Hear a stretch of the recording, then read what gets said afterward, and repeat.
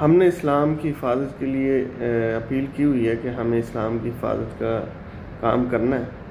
اور کہ کوئی مذہب، کوئی فرقہ، کوئی گروہ، اس کی بات نہیں ہو رہی، بلکہ مکمل اسلام کی بات ہو رہی ہے، اور اس کی حفاظت کے لیے ہم سب کو کوشش کرنی ہے، لاجیکل طریقے سے کریں گے، اور جس طرح سے اٹیک ہوتا ہے کسی بھی چیز پر، اس کا دفاع بھی ویسے کرنا چاہیے۔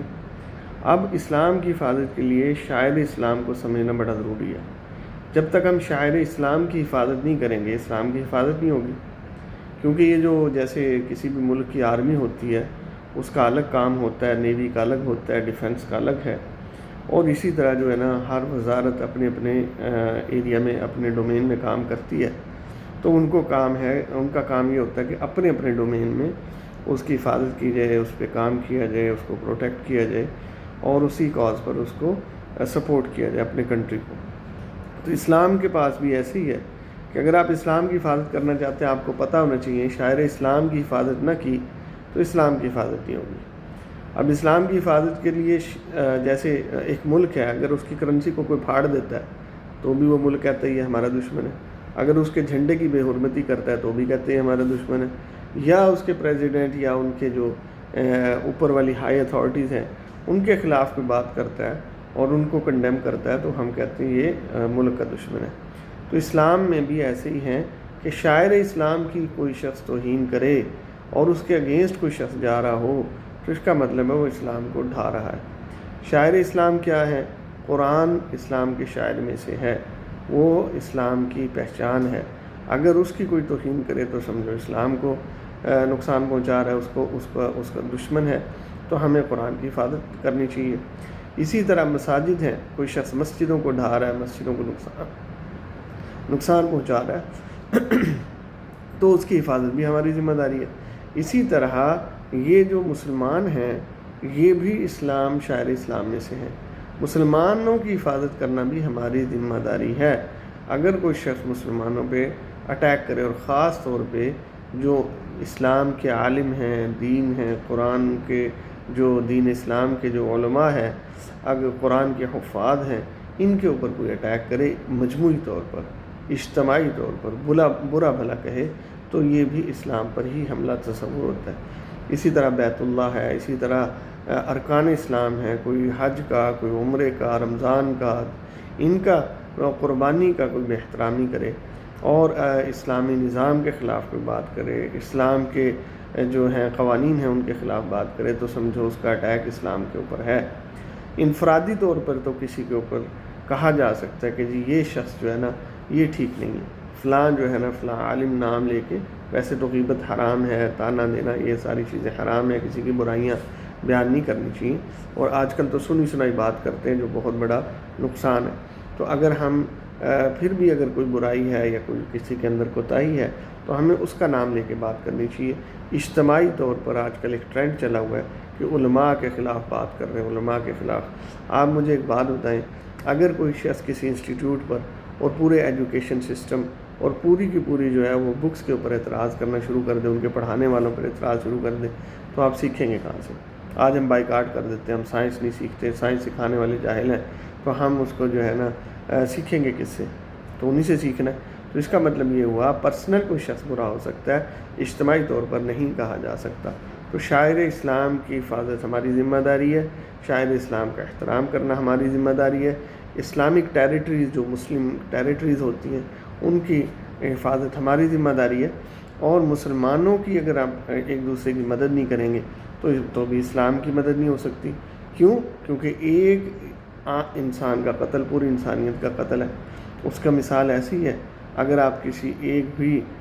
کسی دوسری نیشنلٹی والے کو، کسی دوسرے کنٹری والے کسی ایک بھی بندے کو آپ پکڑ دیں، پورا ملک متحرک ہو جاتا ہے،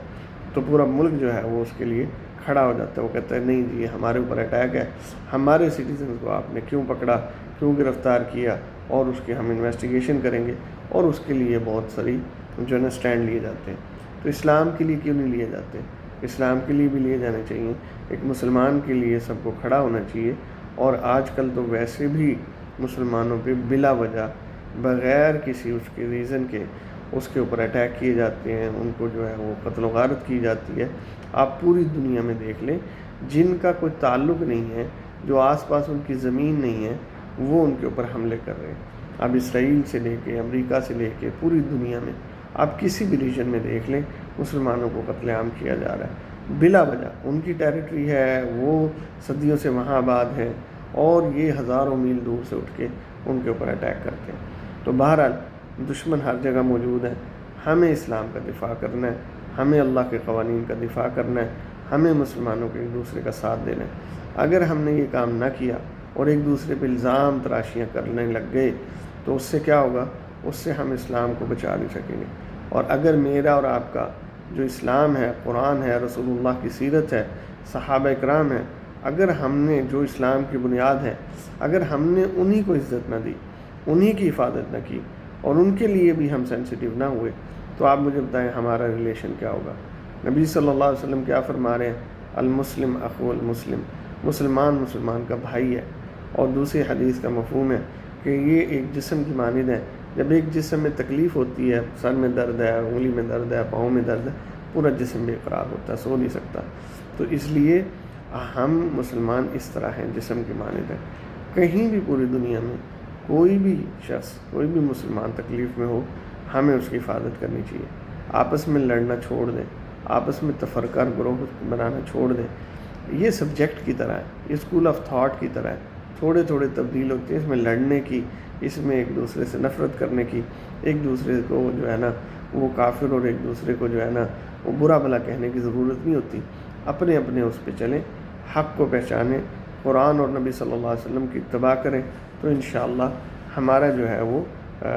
ہم اسلام کے مددگار بھی بن جائیں گے، اور آگے اللہ کے پاس معاملہ ہے، آخرت میں اللہ تعالیٰ خود اس کا اجر و ثواب دیں گے۔ تو بہرحال اسلام کی حفاظت کے لیے کھڑے ہو جائیں، یہ اس طرح کی ویڈیو دیکھیں، لاجیکل چیزیں ڈسکس کریں، اس کے لاجک سمجھیں، اور اس کے مطابق خود کو تیار کریں، اپنے بچوں کو تیار کریں، اور یہ ویڈیو آگے بھیجیں کہ بھائی شاعر اسلام کی حفاظت بہت ضروری ہے۔ ہمیں قرآن کے خلاف کوئی بول رہا ہو تو ہمیں کہنا ہے کہ بھائی مت بولیں،